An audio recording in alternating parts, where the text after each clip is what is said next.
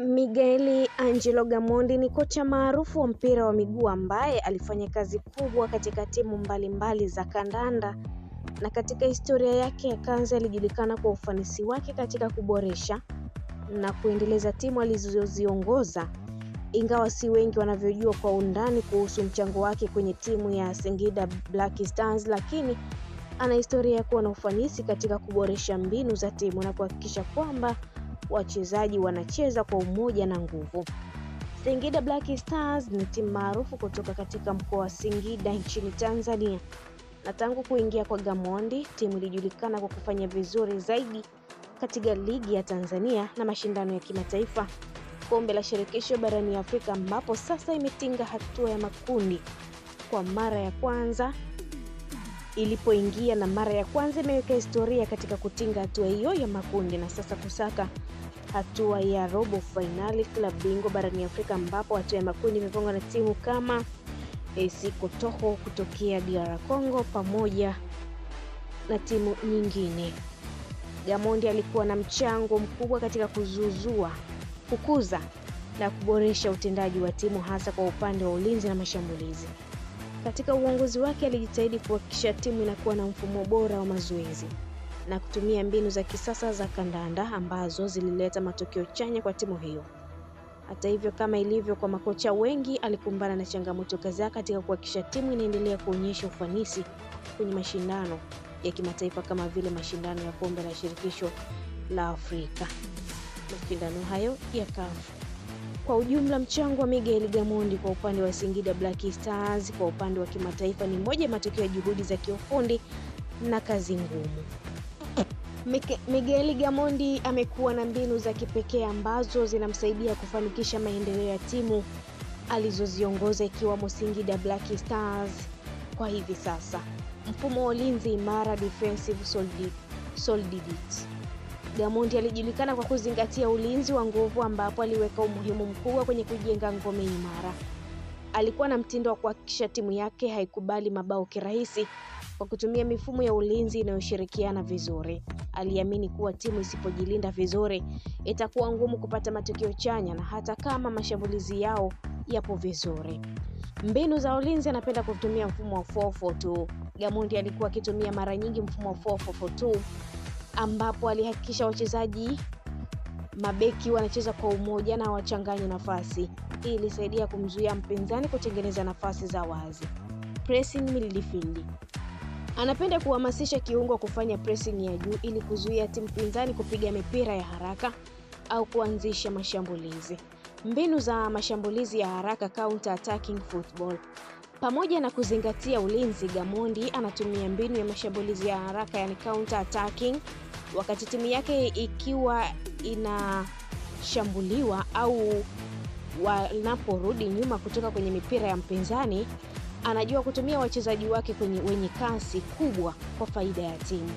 Mbinu za mashambulizi, winga za kasi. Anawatengeneza wachezaji wenye kasi kubwa, hasa winga, ili kuvunja ngome za wapinzani kwa mashambulizi ya ghafla. Hii inawasaidia wachezaji kupenya haraka kupitia mabeki wa timu pinzani. Pasi za haraka. Anahamasisha matumizi ya mipira ya haraka, hasa kupitia kiungo ambaye anakuwa na uwezo wa kutoa pasi za mguu mmoja kwa usahihi. Kuweka mizani ya timu. Gamondi anazingatia sana ushirikiano na umoja wa timu. Anajua kuwa bila kushirikiana hata timu yenye wachezaji bora haiwezi kufanikiwa. Anajikita katika kuhakikisha kila mchezaji anajua nafasi yake na jukumu lake katika timu, iwe ni katikati ya ulinzi, kiungo au mshambuliaji. Mbinu za ushirikiano. Timu kuzungumza na kusaidiana. Anawafanya wachezaji kuwa na uhusiano mzuri ndani na nje ya uwanja, kuimarisha umoja na kuwa na lengo moja. Kuweka maelekezo ya kiufundi kwa kila mchezaji. Anakuwa na mazoezi maalum ya kila mchezaji kulingana na nguvu na udhaifu wake, ili kila mmoja acheze kwa ufanisi zaidi. Mbinu za kujenga kutoka nyuma, yani build player. Gamondi pia anakuwa na mtindo wa kujenga mashambulizi kwa polepole kutoka nyuma kwa kutumia pasi za chini na kucheza kwa umakini. Hii inakuwa ni njia ya kudhibiti mpira na kuhakikisha wanapata nafasi za kufunga kwa ustadi zaidi, badala ya kufanya mashambulizi ya haraka kila wakati. Mbinu za kujenga kutoka nyuma. Golikipa kama sehemu ya kujenga mashambulizi. anakuwa akitumia kipa kama sehemu ya kwanza ya kujenga mashambulizi. Kipa anakuwa na jukumu la kutoa pasi za haraka au fupi kwa beki ili kuanzisha mashambulizi ya haraka. Pasi za kifo cha kati, vertical passes.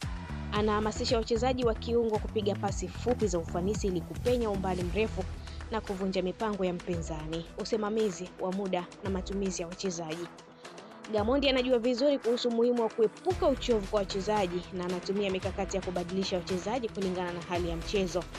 Anaamini kuwa kutumia wachezaji wote kwa usahihi kunachangia mafanikio. Rotation ya wachezaji. Anaweza kutumia mfumo wa kubadilisha wachezaji ili kuepusha na uchovu, hasa kwenye mashindano ya muda mrefu kama ligi za kimataifa. Mabadiliko wakati wa mchezo. Anakuwa na tabia ya kubadilisha wachezaji kwa haraka ili kurekebisha mbinu au kuboresha mchezo kulingana na hali ya uwanja. Kukabiliana na mabadiliko ya kiufundi na timu pinzani. Gamondi anakuwa na uwezo wa kubaini haraka mabadiliko katika mtindo wa mchezo wa timu pinzani na anajua jinsi ya kutengeneza mikakati ili kuzuia mashambulizi yao. Alihamia kwenye mbinu anazotumia kulingana na mtindo wa timu pinzani ili kuhakikisha anapata ushindi. Mbinu za kukabiliana na timu pinzani. Kujua udhaifu wa timu pinzani. Anakuwa na ufanisi mkubwa wa kuchambua michuano ya timu pinzani na anajua ni wapi anakuwa na uwezo wa kushambulia au kuzuia mashambulizi ya timu pinzani. Kwa ujumla, mbinu za Miguel Gamondi zinalenga ufanisi katika kila eneo la uwanja: ulinzi, kiungo na mashambulizi. Anaweza kuboresha mfumo wa timu na kuifanya kuwa na mbinu bora za kushindana na anatumia wachezaji wake kwa ufanisi katika mashindano mbalimbali. Mtazamaji wetu wa Newi TV, asante kwa kuendelea kutufuatilia. Pia usisahau kulike, kushare, kucomment pamoja na kusubscribe channel yetu ili uendelee kufurahia taarifa zetu mbalimbali za kimichezo kutokea ndani na nje ya mipaka ya Tanzania. Kwa taarifa kemkem, allow notification kwa ajili ya kupata taarifa zetu pindi tunapoweka taarifa mpya kwenye channel yetu ya Newi TV. Nilikuandalia na kusomea taarifa hii mimi Sport Ladies Lizi wa Spoti, mwenye utajiri wa habari za michezo. Endelea kuwa nasi hadi wakati mwingine. Kwa heri.